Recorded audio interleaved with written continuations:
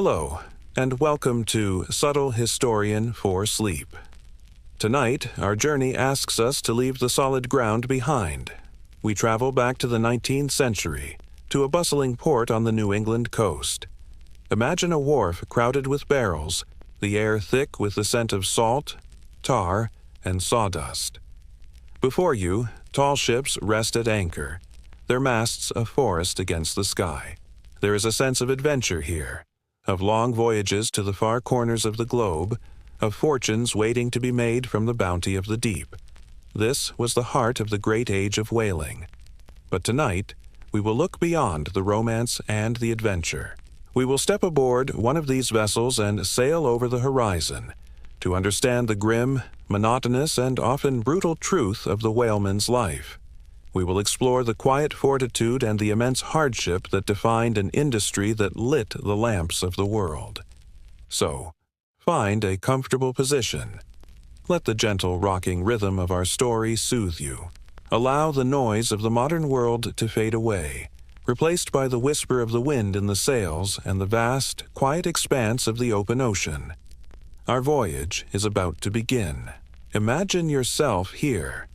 You are a young man, perhaps barely 20, standing on the deck of a whale ship. You have signed the articles for a voyage that may last 3, perhaps even 4 years. The cheers from the quayside fade as the ship is guided out of the harbor.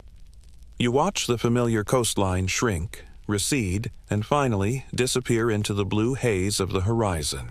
Ahead of you now is nothing but the vast, empty canvas of the sea and sky. Your new home is the forecastle, a small, triangular, windowless space in the bow of the ship. It is cramped and perpetually dim, crowded with 24 wooden bunks stacked 3 high. The air is thick with the smell of unwashed bodies, damp wool, bilge water, and the ever-present scent of tar.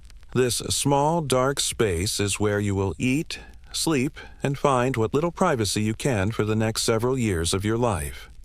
The first few weeks may hold a certain novelty, but soon, life settles into a profound and unchanging monotony. The rhythm of your existence is dictated by the ship's bells, which mark the changing of the 4-hour watches. Whether it is day or night, rain or shine, your watch must be stood. You will spend countless hours at the ship's wheel, your eyes fixed on the compass or perched high in the masthead, scanning the endless, rolling expanse of water.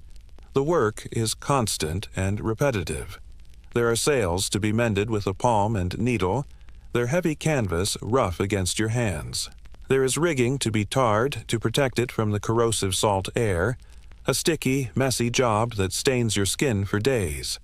There are ropes to be spliced, brass to be polished, and decks to be holystoned. A back-breaking process of scrubbing the wooden planks with a heavy, abrasive stone until they are clean. It is a life of routine, of 1,000 small tasks designed to keep the ship sailing and the crew occupied during the long, empty months between whale sightings. Your diet is as monotonous as your work. The staple is hardtack, a simple biscuit of flour and water, baked until it is stone hard so it will not spoil. It is often infested with weevils, and you learn to tap the biscuit on the table before you eat, to knock them out. The other staple is salted meat, usually beef or pork, kept in barrels of brine. It is tough, intensely salty, and bears little resemblance to the fresh meat you knew on land. The water, stored for months in wooden casks, grows stale and algae-filled, tasting faintly of the wood it is stored in. Then, one day, after months of this unchanging routine, a cry comes from the masthead that electrifies the entire ship. "Thar she blows!" All boredom vanishes, replaced by a surge of practiced, frantic activity. The whaleboats, light, narrow, and fragile, are lowered into the water. You and 5 other men take your places, and with your officer at the steering oar, you begin to row. It is a long, arduous pursuit, your oars rising and falling in unison. The only sounds the splash of the oars, the grunts of exertion, and the creak of the oarlocks. As you draw closer, you begin to appreciate the immense scale of the creature you are hunting. A sperm whale, perhaps, its great, blocky head rising and falling with the swell. The harpooner stands ready in the bow. When the moment is right, he throws, and the iron strikes home. What follows is chaos. The whale, shocked and wounded, dives deep, and the rope attached to the harpoon, the whale line, screams out of its tub, smoking with friction. When the whale resurfaces, it takes off at an incredible speed, and the infamous Nantucket sleigh ride begins. Your small, fragile boat is dragged across the surface of the ocean at a terrifying pace, skipping over the waves, the stinging spray lashing your face. Your life depends on the managed chaos of the whale line. A single snag, a single tangled loop around an arm or a leg would mean being dragged instantly into the depths. Eventually, the great animal will tire. Now comes the most dangerous part, the kill. You must pull alongside the wounded, thrashing leviathan, close enough for the officer to use the killing lance. It is a grim, terrifying, and exhaustive process, a desperate struggle between your small boat and a creature of immense power. When the struggle is finally over, the crew begins the long, slow work of towing the colossal carcass back to the ship. What follows is not rest, but the beginning of the most grueling and filthy part of your job. The whale is lashed to the side of the ship, and the crew, working on a makeshift cutting stage slick with oil and blood, begins to cut in. Using huge, long-handled spades, you peel back the thick blanket of blubber, which is then hoisted aboard. It is perilous work. A slip on the greasy platform or a sudden lurch of the ship could send a man into the water, to be crushed between the hull and the whale. On deck, the try-works, 2 large brick furnaces, are fired up. For the next day, or 2, or 3, with no sleep, the crew works in shifts, slicing the blubber into strips and rendering it down in huge iron pots. The ship is transformed into a vision of hell. Thick, black, greasy smoke pours from the chimneys, coating every surface in a layer of foul-smelling soot.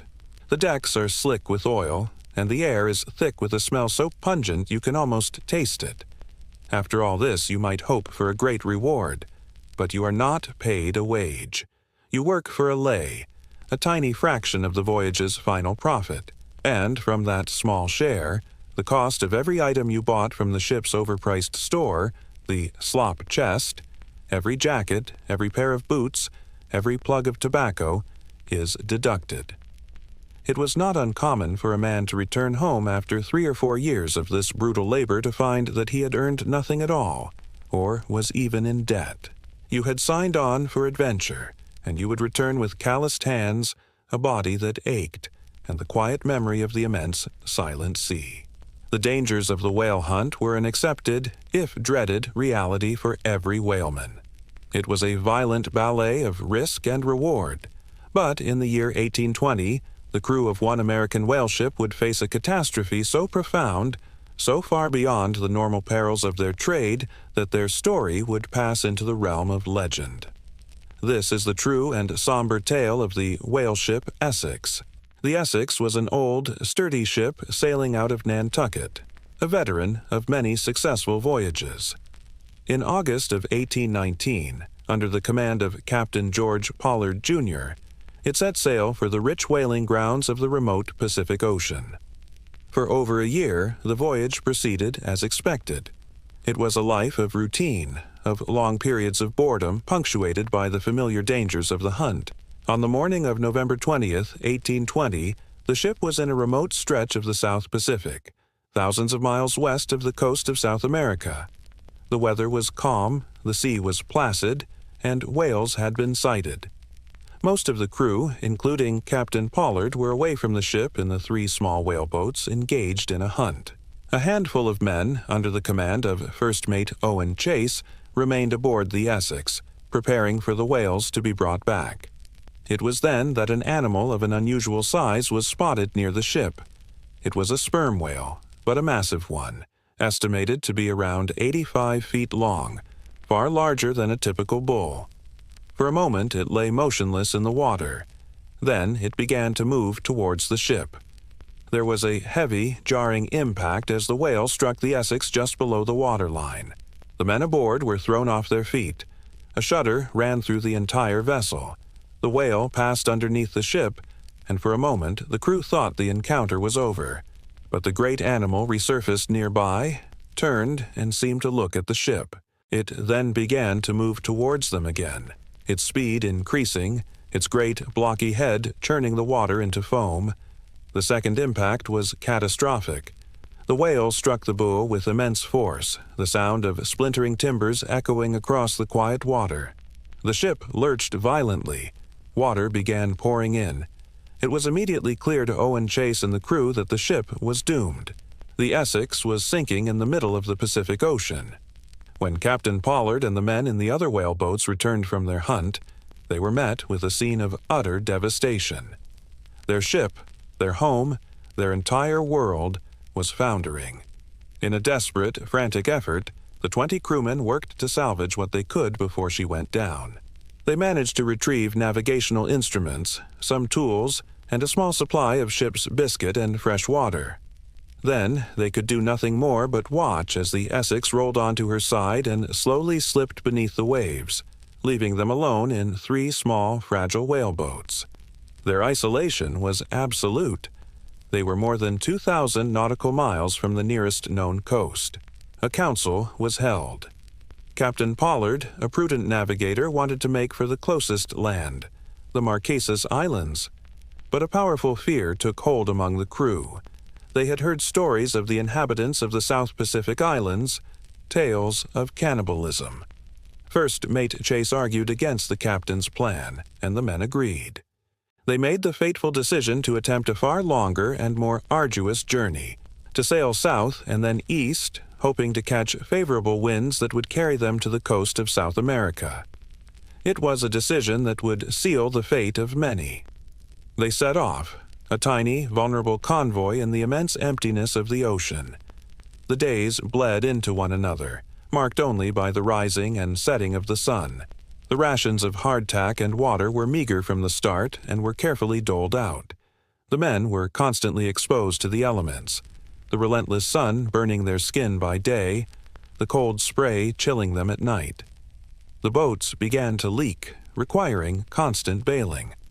After weeks adrift, their bodies began to waste away. Their thirst became a constant torment. The psychological toll was immense. One of the 3 boats became separated from the others during a squall and was never seen again. Just as hope was beginning to fade, they sighted land.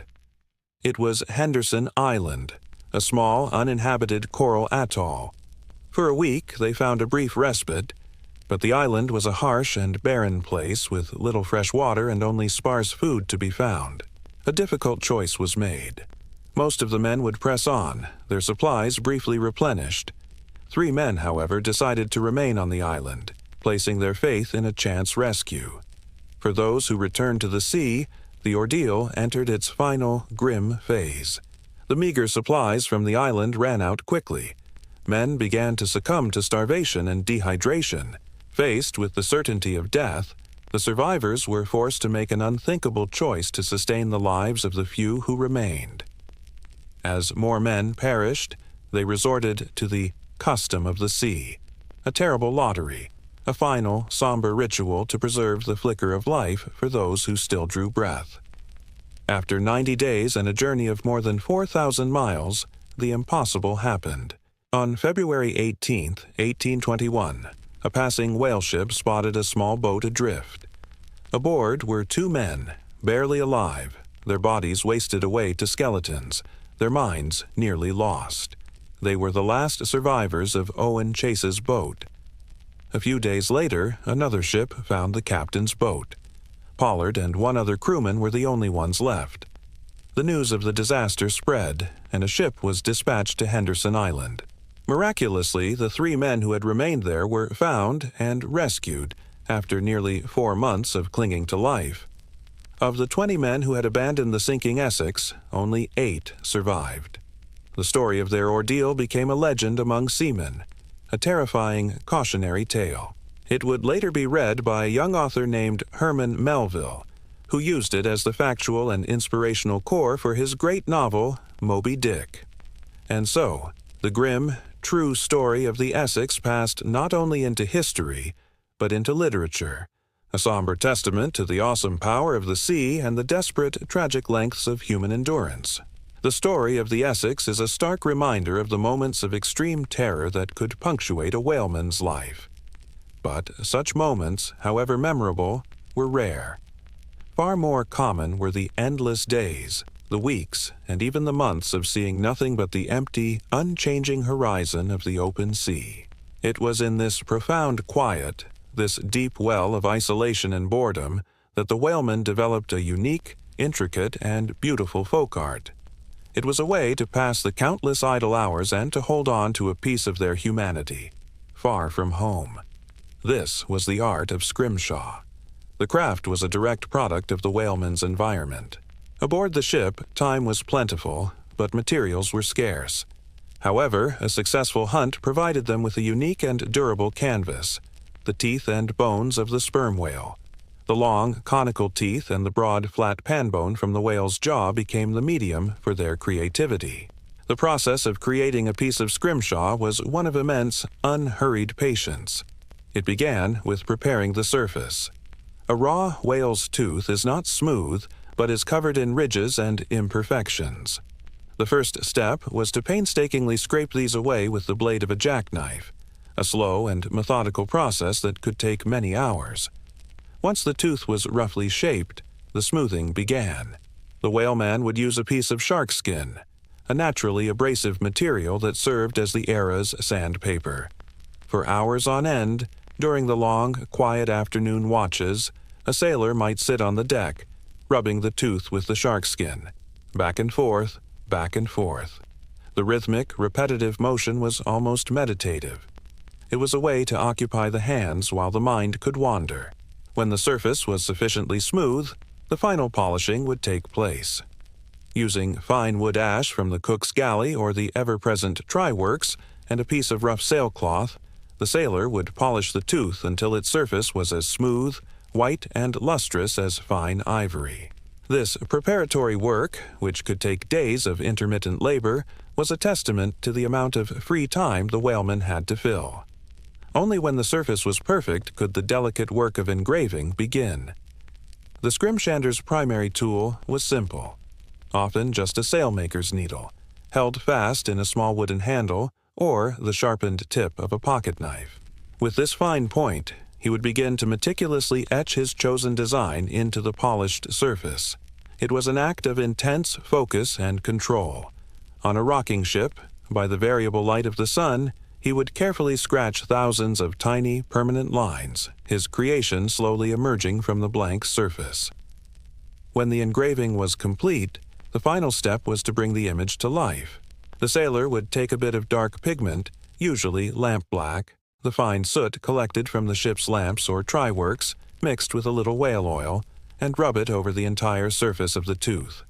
He would work the dark, greasy paste into every tiny scratch and line he had made. Then, with a clean cloth, he would wipe the surface, removing all the excess ink. The pigment would remain only in the engraved lines, revealing a crisp, clear, and permanent black and white image. The subjects of scrimshaw were the subjects of the whaleman's world. There were, of course, countless nautical scenes. Sailors would engrave detailed, accurate portraits of their own ship, often shown in full sail, battling a storm, or with its name proudly displayed on a banner. The dramatic moments of the whale hunt were a common theme, capturing the chaos of the chase and the final, grim moments of the kill in a stylized, almost heroic fashion. They also recorded the wider world they encountered. There were patriotic images of American eagles and flags, portraits of famous naval heroes, and depictions of the exotic ports they visited, a line of palm trees, a distant volcano, or a strange and beautiful bird. But perhaps the most poignant and common subjects were those that spoke of the world they had left behind. In the middle of the Pacific, a sailor would sit and painstakingly engrave the image of a woman in a fashionable dress, her hair in elaborate curls, often a scene copied carefully from a magazine that had made its way aboard. These were idealized portraits of wives and sweethearts.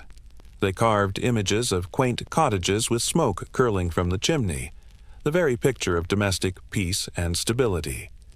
These pieces were often deeply personal, sometimes inscribed with a name, a date, or a heartfelt dedication, serving as tangible links to a home they would not see again for years. Scrimshaw was far more than a simple hobby.